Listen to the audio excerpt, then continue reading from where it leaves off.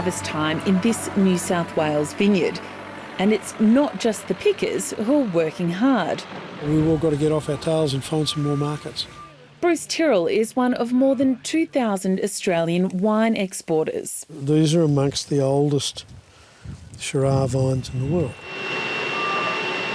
Selling wine has become more difficult since Australia's most valuable customer, China, introduced tariffs and customs bans, effectively putting a cork in the billion-dollar-a-year trade.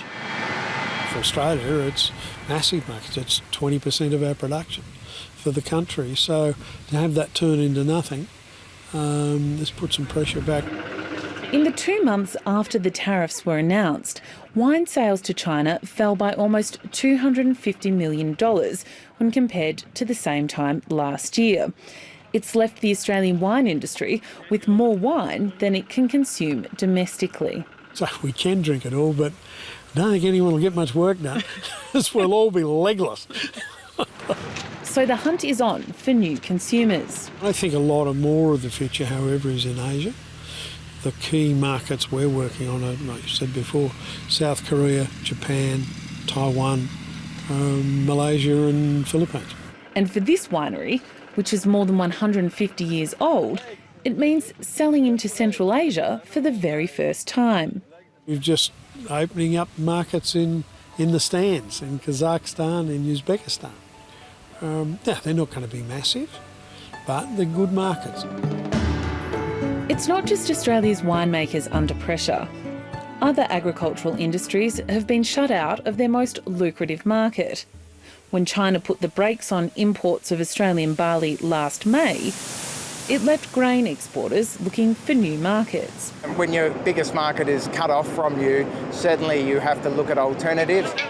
Last month, in another first, an Australian shipment of premium malting barley set sail for Mexico. Currently it's one shipment of 35,000 tonnes. That's worth more than 10 million Australian dollars, so it's an important trial. It's just a fraction of the 6 million tonnes China bought from Australia at the peak of the market. But Jason Craig hopes the trial with Heineken breweries will lead to more. I think South America, there's plenty of opportunity there as they are large beer consumers. Growers would prefer to sell barley to beer makers because it typically pays higher prices. But there are customers in the Middle East and Asia also buying up Aussie barley for their livestock. If you're looking into Saudi, it's obviously going into sheep and camels. In Southeast Asia, it is predominantly going into the pig industry. When China introduced the tariffs, the industry estimated up to $500 million would be lost from regional communities without access to the premium market. But the returns for growers, at least for now, aren't bad. For the Australian barley industry, yes, it has been a tough 2020, but we're certainly recovering here, and prices have recovered to basically the same levels as pre the anti-dumping tariffs. So I think we have a good industry sector and we can continue to expand. Cotton too is on the move. We will be shipping cotton pretty much everywhere this season once harvest starts. Unlike barley and wine, there are no tariffs on cotton, but the Australian trade to China has ground to a halt. Growers and shippers here claim Chinese spinning mills have been told by Beijing officials to stop buying Australian-grown cotton. Over the last probably 10 years, China's been our major market for Australian cotton, typically taking 60%, maybe 65% in a year. The trade was worth almost $2 billion at its peak. Since sales practically stopped last October, Pete Johnson says the Australian cotton industry has readily found interest in other markets, including Indonesia, Vietnam, Bangladesh and even Turkey. Would we prefer the Chinese were there to take our cotton? Absolutely. But, spreading our risk into a range of other markets throughout the subcontinent and Asia, spreading that risk is ultimately not a bad thing for the industry. And for farmers, it hasn't hit the hip pocket too badly. Pete Johnson says despite losing a $10 to $20 a bale premium paid by China, returns for growers are at historically high prices. while the price is good for the grower and we're able to spread our risk further, it's not all bad news and it's not all doom and gloom. The federal government won't, or perhaps can't, say what the cost of the disruption to the trade with China has been to Australia. But across at least 7 commodities, there's more than $5 billion worth of annual trade at risk. One of those most dependent on China is the rock lobster trade.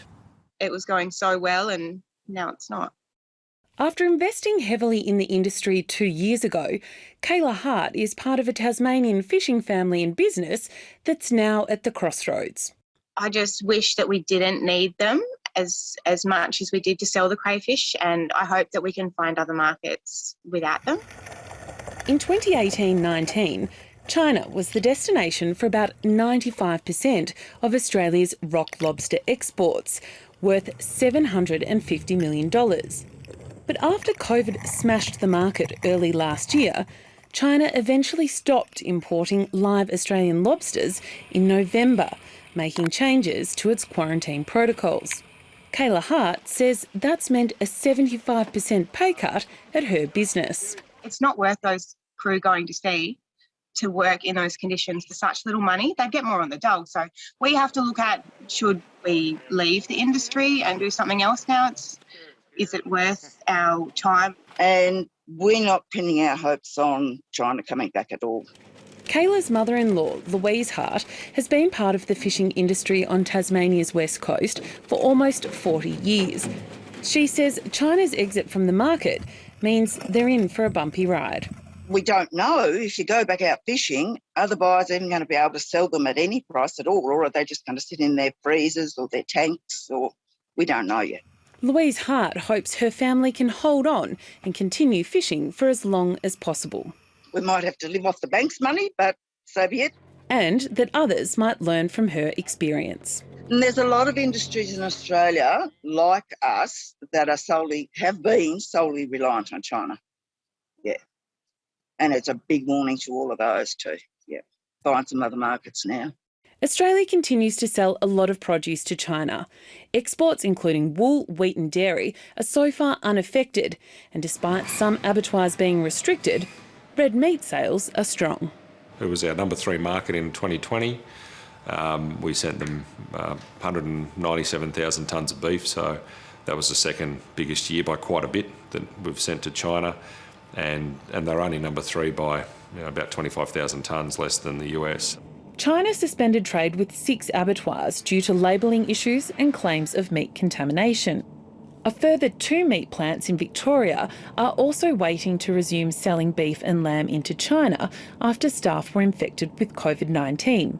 Yes, there was disruption, but the material impact on overall exports wasn't that great. Cattle supply in Australia is short, and with 100 countries currently importing Australian beef and lamb, Jason Strong is confident demand will remain strong. So finding a home for beef not going to China isn't a major challenge. Bruce Tyrrell, who's been a part of the wine industry for more than half a century, says he's seen markets collapse before. Yeah, well, I suppose we saw the backside fall out of the world market with the global banking and financial industry crisis in 2008. We saw our own market go in a great hole in 91 with the recession that we had to have. So, is there life after China? Oh, yeah, well, there has to be. There has to be. It will look different, it'll feel different, and maybe our industry in the short term will have to shrink a bit. Hope not. But there's, as I said, it's our biggest market, it's our most profitable market, but it's not our only market.